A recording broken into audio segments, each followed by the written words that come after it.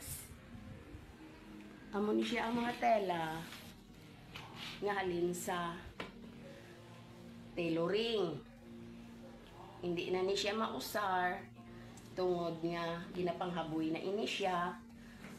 Di amo ni ang amon nga ginahimo nga rugs. So, mahimo kita sang rugs.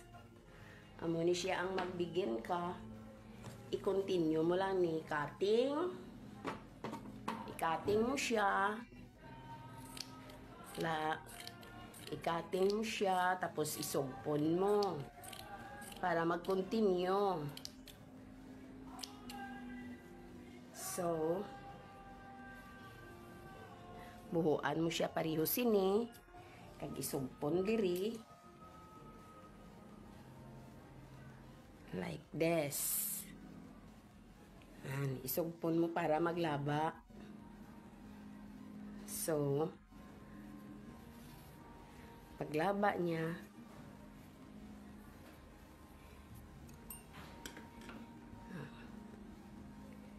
imo siya nga sa lapidon. Like this.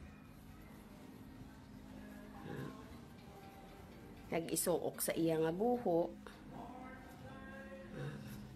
Do krusi.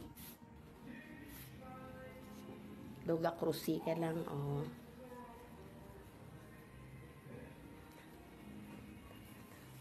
Amo na siya. Isulod mo di sa buho.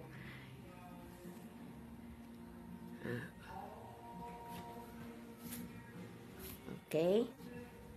So, amo ni maghimo kita sang rugs. Pwede siya ma-circle, pwede man siya ma-oblong, pwede mo man siya mapalapa, depende sa imo kadakoon.